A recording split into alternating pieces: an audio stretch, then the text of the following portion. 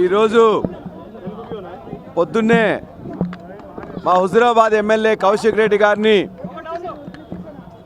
దరిదాపుగా ఒక 100 మంది పోలీసులు ఇంటిని చుట్టుముట్టి తలుపులు పగలగొట్టి అరెస్ట్ చేయడం జరిగింది. ఆ అరెస్ట్ చేస్తున్న సందర్భంగా మా యొక్క సీనియర్ నాయకులు మాజీ మంత్రివర్యులు తన్నీర్ హరీష్ రావు గారు పోతుంటే వారు కూడా ఏమి చెప్పకుండానే అరెస్ట్ చేయడం జరిగింది. మరొక మాజీ మంత్రివర్యులు జగదీష్ రెడ్డి గారు వస్తే కూడా జగదీష్ రెడ్డి గారిని అదేవిధంగా రాకేష్ రెడ్డి గారిని కూడా అరెస్ట్ చేయడం జరిగింది. ఇవాళ ఏనాడు కూడా తెలంగాణ ఉద్యమ సమయంలో కూడా జరగలేదు. ఇవాళ అరెస్ట్ చేస్తే ఎందుకు అరెస్ట్ చేసినారు అని చెప్పేసి కూడా ఇప్పటి వరకు కౌశిక్ రెడ్డి గారి భార్యకు కానీ వారి యొక్క కుటుంబ సభ్యులకు కానీ చెప్పలేదు.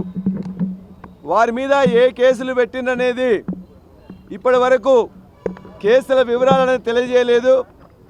అదేవిధంగా బంజారా హిల్స్ పోలీస్ స్టేషన్కి పోయినట్లయితే మా యొక్క అడ్వకేట్స్ కూడా వాళ్ళు అనుమతి ఇవ్వట్లేదు, లోపలికి రానివ్వట్లేదు.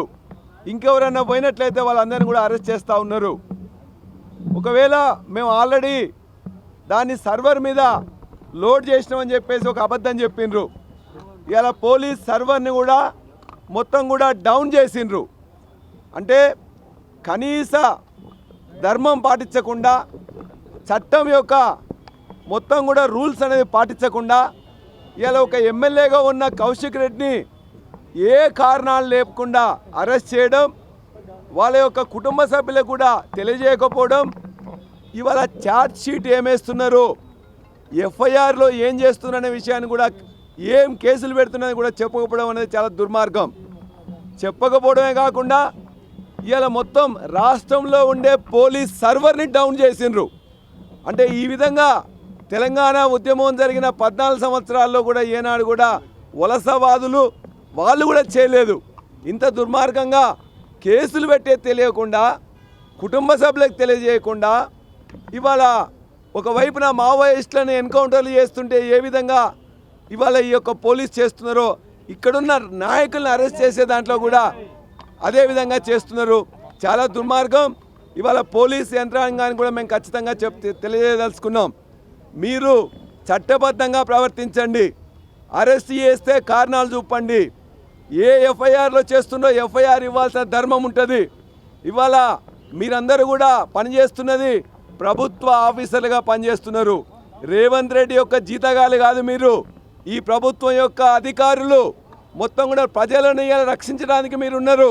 అంతేగాని ప్రజల యొక్క ప్రజాప్రతినిధులను మీ ఇష్టం వచ్చినట్టు అరెస్ట్ చేసి చట్ట వ్యతిరేకంగా ఇవాళ కనీసం ఎఫ్ఐఆర్ ఇవ్వకుండా ఏ యొక్క రూల్స్, ఏ యొక్క చట్టాలు పెడుతున్నారో ఆ చట్టాన్ని అతిక్రమించి చట్టాన్ని కాపాడవలసిన పోలీసులు ప్రవర్తిస్తున్నారు. అందుకే పోలీసులకు తెలియజేస్తున్నాం, ఇవాళ ఉద్యమంలో అనేకసార్లు జైల్లోకి పోయినాం, అనేకసార్లు కేసులు ఎదుర్కొన్నాం. ఇవాళ మీలాంటి ఇటువంటి ఎవరు కూడా బెదరడానికి బీఆర్ఎస్ నాయకులు కానీ కార్యకర్తలు కానీ సిద్ధంగా లేరు. ఎన్ని రోజులైనా అవసరమైతే జైలుకి వెళ్తాం. కానీ మీ చట్ట వ్యతిరేకంగా మీరు ప్రవర్తిస్తున్నారని ప్రజలు గమనిస్తున్నారు.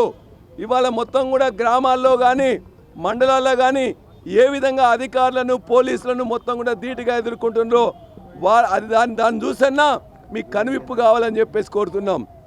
ఇప్పటికైనా మొత్తం డీజీని మేము కోరుతున్నాం, సిపిని కోరుతున్నాం. వెంటనే ఏ చట్ట ప్రకారం అరెస్ట్ చేస్తుందో ఆయన భార్యకు తెలియజేయాలి. ఏ చట్ట ప్రకారం ఎఫ్ఐఆర్ నమోదు చేసిండ్రో ఎఫ్ఐఆర్ మాకు ఇమ్మీడియట్గా ఇవ్వాలి. అదేవిధంగా పోలీస్ సర్వర్ డౌన్ చేయడం సిగ్గుచేటు, ఎప్పుడు ఎవరు చేయలేదు.